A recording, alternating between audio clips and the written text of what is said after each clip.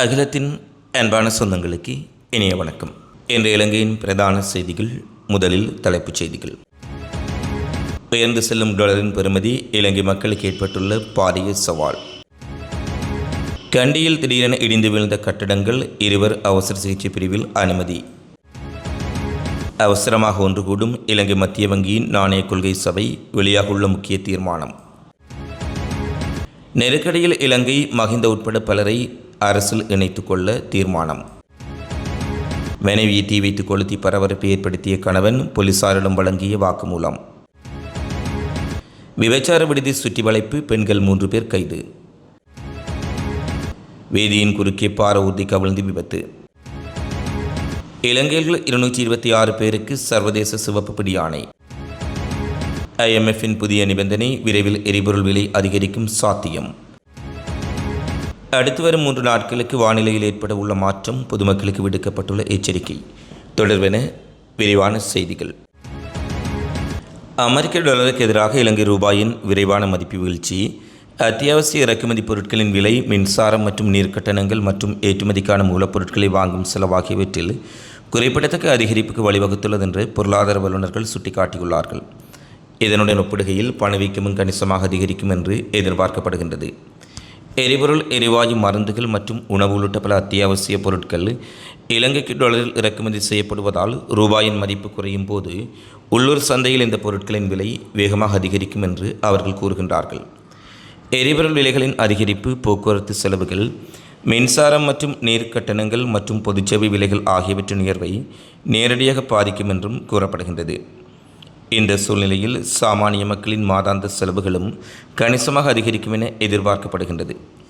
தேவையான இயந்திரங்களையும் மூலப்பொருட்களையும் வெளிநாடுகளிலிருந்து இறக்குமதி செய்வதற்கு உள்ளூர் உற்பத்தியாளர்கள் முன்பை விட அதிக ரூபாயை செலவழிக்க வேண்டியிருக்கும் என்றும் அவர்கள் குறிப்பிட்டுள்ளார்கள்.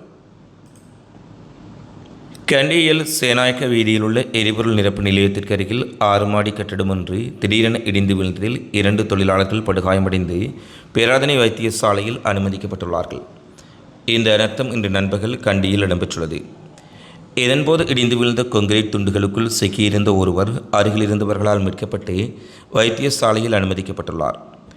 குறித்த கட்டடத்தின் 2வது மாடியில் வெளிப்புறமாக நீட்டப்பட்டிருந்த கொங்கிரீட் பகுதியொன்று இடிந்து விழுந்ததே இந்த விபத்திற்கு காரணம் என போலீசார் தெரிவித்துள்ளார்கள்.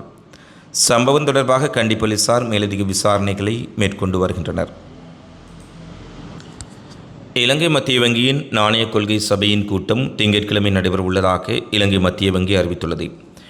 நாட்டின் தற்போதைய பொருளாதார நிலைமைகளை ஆராய்ந்து இரவு நேர கொள்கை வட்டி வீதங்கள் தொடர்பில் முக்கிய தீர்மானங்களை இந்த கூட்டம் எடுக்கலாம் என எதிர்பார்க்கப்படுகின்றது. இந்நிலையில் கூட்டத்தின் தீர்மானம் செவ்வாய்க்கிழமை காலை 7:30 மணிக்கு இலங்கை மத்திய வங்கியின் உத்தியோக இணையதளத்தில் வெளியிடப்படும் என மத்திய வங்கி ஆளுநர் தெரிவித்துள்ளார். மத்திய கிழக்கில் நிலவும் மோதல் சூழல் மற்றும் உலகளாவிய ரீதியில் ஏற்பட்டுள்ள பொருளாதார நிச்சயமற்ற தன்மை காரணமாக முக்கிய தீர்மானம் எடுக்கப்பட உள்ளதாக தெரிவிக்கப்படுகின்றது. 2026ஆம் ஆண்டின் 2ஆம் காலாண்டுக்குள் பணவீக்கம் 5% கடந்துள்ள நிலையில் இந்த கூட்டம் நடைபெறவுள்ளதாக கூறப்படுகின்றது.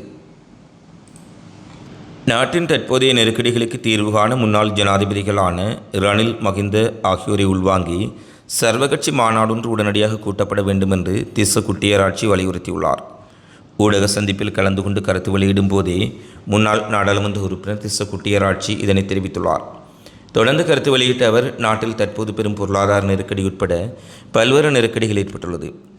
நாடு மீண்டும் ஒரு சிக்கலான நிலைமைக்கு தள்ளப்படும் அபாயம் எழுந்துள்ளது. நாட்டில் தற்போது நிலவும் பிரச்சினைகளுக்கு தீர்வு காண்பதற்காக முன்னாள் ஜனாதிபதி ரணில் உட்பட பலரை ஒன்றிணைத்து அனைத்து கட்சிகளின் பங்கேற்புடன் ஒரு சர்வகட்சி மாநாட்டை கூட்டுவதற்கு சரியான நேரம் வந்துவிட்டது என அவர் குறிப்பிட்டார்.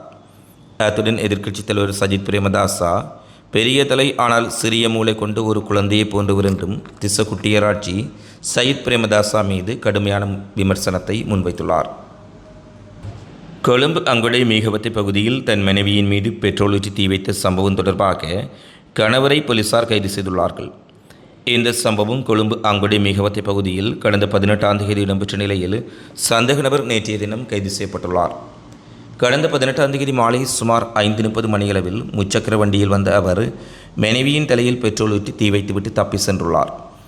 இதன் காரணமாக படுகாயமடைந்த அப்பெண் வைத்தியசாலையில் சேர்க்கப்பட்டு தற்போது கொழும்பு தேசிய வைத்தியசாலையின் தீவிர சிகிச்சை பிரிவில் சிகிச்சை பெற்று வருவதாக தெரிவிக்கப்படுகின்றது.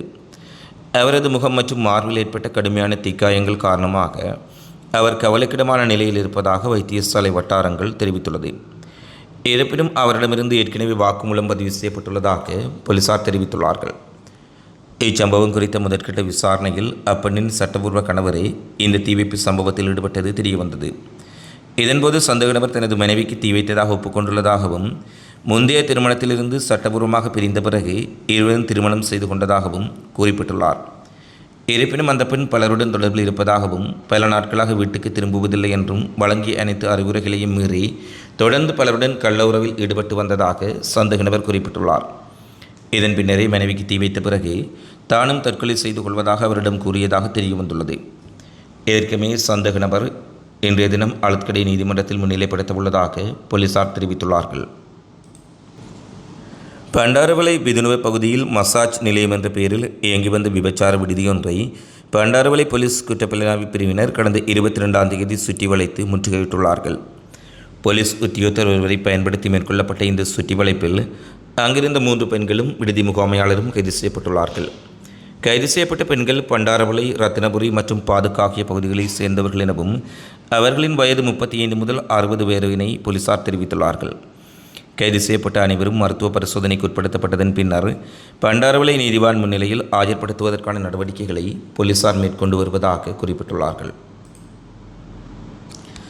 பதுளை மகியங்கனி வீதியில் குருபுர 4ஆங்கட்டை பகுதியில் நேற்று மாலை பார ஊர்தியொன்று வீதியின் குறுக்கே விழுந்து விபத்துக்குள்ளாகியுள்ளதாக பதுளை போலீசார் தெரிவித்தனர். மகாயாவிலிருந்து பதுளை நோக்கி இரும்பு கம்பிகளை ஏற்றி சென்ற குறித்த பார ஊர்தியில் ஏற்பட்ட தொழில்நுட்ப கோளாறு காரணமாக அது கட்டுப்பாட்டை இழந்து பின்னோக்கி சென்றதாக கூறப்படுகின்றது. இதன்போது சாரதி ஊர்தி வீதியோரத்தில் இருந்த மதில் மீது மோதி நிறுத்த முற்பட்ட போதே இவ்விபத்து நேர்ந்துள்ளதாக போலீசாரின் ஆரம்பகட்ட விசாரணைகளில் தெரியவந்துள்ளது. இந்த விபத்தினால் பார ஊர்திக்கு பலத்த சேதம் ஏற்பட்டுள்ள போதிலும் யாருக்கும் எவ்வித காயங்களும் ஏற்படவில்லை. விபத்து தொடர்பான மேலதிக விசாரணைகளை பழுதை போக்குவரத்து போலீசார் மேற்கொண்டு வருகின்றனர். வெளிநாடுகளில் பதுங்கியிருக்கும் ஒழுங்கமைக்கப்பட்ட குற்றக்குழு உறுப்பினர்கள் உள்ளிட்ட பல்வேறு குற்றச்சாட்டுகளுடன் தொடர்புடைய 226 பேரை கைது செய்வதற்கு சர்வதேச சிவப்பு அறிவித்தல் விடுக்கப்பட்டுள்ளது. அரசாங்க தகவல் திணைக்களத்தில் நடைபெற்ற ஊடக சந்திப்பில் கலந்து கொண்ட கொழும்பு மாவட்டத்திற்கு பொறுப்பான பிரதி காவல்துறை அதிபர் இதனை தெரிவித்துள்ளார். தற்போதைய அரசாங்கம் ஆட்சிக்கு வந்த பின்னர் சிவப்பு அறிவித்தல் மூலம் 35 சந்தேக நபர்கள் உட்பட பல்வேறு குற்றங்களுடன் தொடர்புடைய சுமார் 130க்கும் மேற்பட்ட சந்தேக நபர்கள் இதுவரை இலங்கை அழைத்து வரப்பட்டுள்ளதாகவும் அவர் குறிப்பிட்டுள்ளார். அத்துடன் தற்போது சர்வதேச காவல்துறையினரின் உதவியுடன் பெற்றுக்கொள்ளப்பட்டுள்ள 226 சிவப்பு அறிவித்தல்களில் சுமார் 90 பேர் ஒழுங்கமைக்கப்பட்ட குற்றவாளிகள் என அடையாளம் காணப்பட்டுள்ளார்கள். இவர்கள் துபாய், இந்தியா, ரஷ்யா, இந்தோனேசியா மற்றும் தாய்லாந்து ஆகிய நாடுகளில் பதுங்கியிருப்பது உறுதிப்படுத்தப்பட்டுள்ளதாகவும் அவர் தெரிவித்துள்ளார்.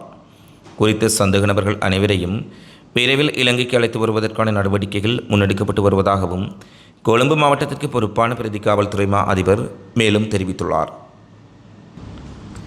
சர்வதேச நாணய நிதியத்தின் நிபந்தனைகளை பூர்த்தி செய்யும் வகையில் விரைவில் எரிபொருட்களின் விலைகள் அதிகரிக்கப்படலாம் என தெரிவிக்கப்படுகின்றது. விஸ்தரிக்கப்பட்ட நிதி வசதியின் கீழ் இலங்கையின் ஒருங்கிணைந்த 5வது மற்றும் 6வது மீளாய்வுகளை நிறைவு செய்வது சர்வதேச நாணய நிதியத்தின் செயற்குழுவின் ஒப்புதலுக்கு உட்பட்டதென சர்வதேச நாணய நிதியம் அறிவித்துள்ளது. செய்தியாளர் சந்திப்பில் கருத்து வெளியிட்ட சர்வதேச நாணயத்தின் தகவல் தொடர்பு அதிகாரி கடந்த ஏப்ரல் 9ஆம் தேதி சர்வதேச நாணய நிதியத்தின் பிரதிநிதிகளுக்கும் இலங்கை அரசின் முக்கியஸ்தர்களுக்கும் இடையே ஒரு அதிகாரிகள் மட்டத்திலான இணக்கப்பாடு எட்டப்பட்டதாக குறிப்பிட்டுள்ளார்.